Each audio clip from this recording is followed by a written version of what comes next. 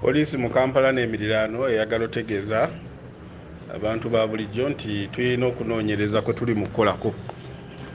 oluvannyuma lw'akatambi akatandise okusaasaana ku mikutu migatta abantu nga kalaga omwami ayamaze n'ategeerekeka nti ye Mugisha Thompson alina emyaka 4 nga mutuuze w'ekyebando alabika ku katambi ako ng'akubibwa ensambaggere era abanyaguluzi abatannategeerekeka abadde basukka mu 3 ne batandika omwaza n'okumubbako ebibye.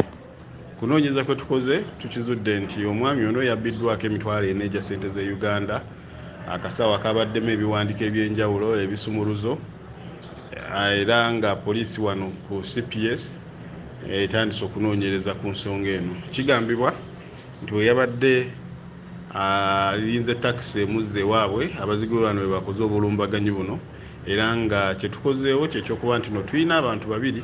abali mu kutuyambako mu kunoonyereza kwe tuli mu kukola okulaba nti no tukwata abo bonna ababadde emabega w'ekikolwa kino.